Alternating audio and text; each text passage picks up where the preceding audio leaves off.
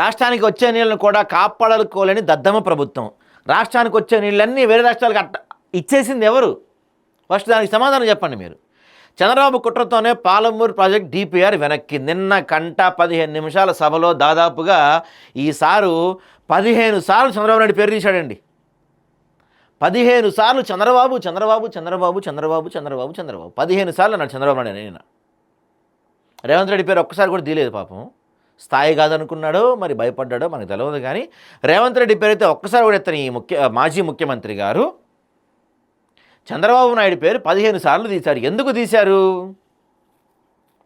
అర్థం చేసుకోండి ప్రజలారా. ఎందుకు చంద్రబాబు నాయుడు పేరు ఆయన నిన్న జపించాడు అంటే మరొకసారి వీళ్ళు తెలంగాణ సెంటిమెంట్ని రగిల్చి ఓట్లు కొల్లగొట్టే ప్రయత్నం. 10 ఏళ్లలో పూర్తిగాని పాలమూరు రంగారెడ్డి ప్రాజెక్టు ఈ 2 ఏళ్లలో ఎందుకు పూర్తి అయిపోతుంది? శ్రీరామ్ సాగర్ దగ్గర లిఫ్ట్ పెట్టి గోదావరి జలాలు తీసుకెళ్ళిపోమన్న కేసీఆర్ ఈరోజు ఆ గోదావరి జలాల గురించి ఎందుకు మాట్లాడుతున్నారు? సంగమేశ్వరం దగ్గర కానీ పోతిరెడ్డిపాడు దగ్గర కానీ ఎత్తు పెంచుకోమని చెప్పి మహబూబ్నగర్ నుంచి మట్టి తరలించడానికి మెగాకృష్ణారెడ్డి ప్రాజెక్టు కట్టబెట్టింది ఇదే కేసీఆర్.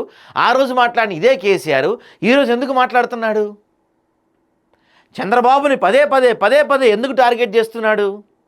ఇక్కడ నేను చంద్రబాబు ఫ్యాన్ కాదండా, చెప్తున్నా మీకు. ఎందుకు టార్గెట్ చేస్తున్నాడంటే విషయం ఏంటంటే వీళ్ళకి ఏదో ఒక ఆయుధం కావాలి. దేనికి? జనాల్ని మభ్యపెట్టి ఓట్లు కొల్లగొట్టడానికి వీళ్ళకొక ఆయుధం కావాలి, వీళ్ళకొక అవసరం కావాలి.